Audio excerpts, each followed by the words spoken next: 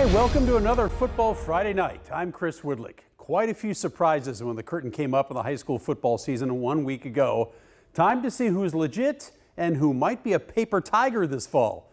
Let's kick things off at reigning state champion Decatur Central. The high-flying Hawks taking on the Dragons of New Pal.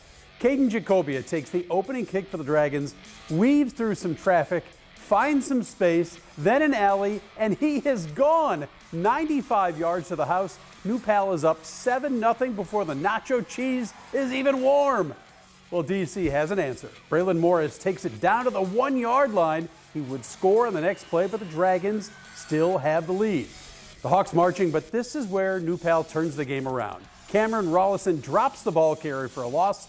DC drive stalls, and Jacob Davis connects with Mason Oglesby, who does the rest on a 67-yard score. The Dragons get it done in fine fashion, 28-6. Hey, Brownsburg and Cathedral in a big-time matchup. $30,000 raised for Riley Hospital for Children this week by students. First quarter, Oscar Fry to Brandon Sharp, a 46-yard TD. Dogs up 7-zip. Wasn't all perfect, though. Botch snap, picked up by Caden Nelson, but the Irish offense just can't get going. Later in quarter number one, Kovan Sumter Bay with a tough run from 5 yards out, and he is into the end zone. The Dogs go for two, and it's 15-0.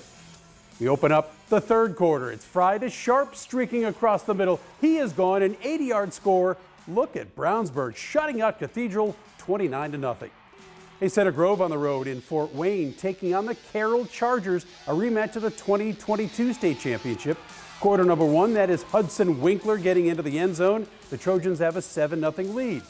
Where Carroll's Gabe Frasinger finds Jaden Van Pelt for a score, and we are all tied up at 7. Who is going to get the victory in this one? Well, Center Grove would outlast Fort Wayne Carroll. Nolan Reese gets it done. The Trojans earn a nice road victory. The final score, 35-24. Center Grove's a winner. 5A number 6 Warsaw hosting perennial powerhouse Warren Central. Quarter number one, Warrior Keon Thomas, a short rushing touchdown. He's into the end zone, and Warren has the 7-0 lead.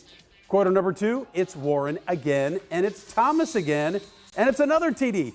14-0. The Warriors cruise 28-14. Coach J.T. Whitaker's first win at Dub C.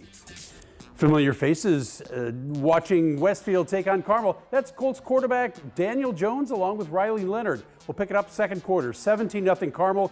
The Hounds look like they're going to put up more on the board, but Hayden Beaver says not on my watch. Carmel leads 20-0 at halftime. Third quarter, the struggle continues for the Shamrocks. This time, it's Dane Bathurst with the sack. Tough defense for the home team. How about some trickeration? Aiden Grabowski to Nick Farrow, launches it downfield to Andrew Noble, gets inches away from the end zone. Grabowski would finish, but Carmel rolls the Shamrocks 34-10. Upstart Avon on the road at Ben Davis. The Orioles, some rude guests despite their feathery mascot. Up 14-7. The O's want more. Jace Cameron rolling, finds TJ Stewart in the end zone. Pretty play, 21-7. The Giants trying to hang in there, facing a 4th and 3, but Avery Mitchell can't reel in the pass. The ball goes back to Avon on downs. And the Orioles would ice the game. Bryce Reynolds gets loose, rumbles 24 yards to the end zone. Look at Avon, folks, 35-14 winners. That's a big one. Southside rivalry renewed. It's Perry Meridian and Southport. Cardinal quarterback Mason Owen, first play of the game, finds his target. A big one downfield into Perry territory. But after that drive stalls, Perry's first play is a big one. Quarterback Jackson Schock finds Trevin Darden for a big gain going the other way. They finish that drive off with Tristan Ling finding the end zone, and Perry is off and running.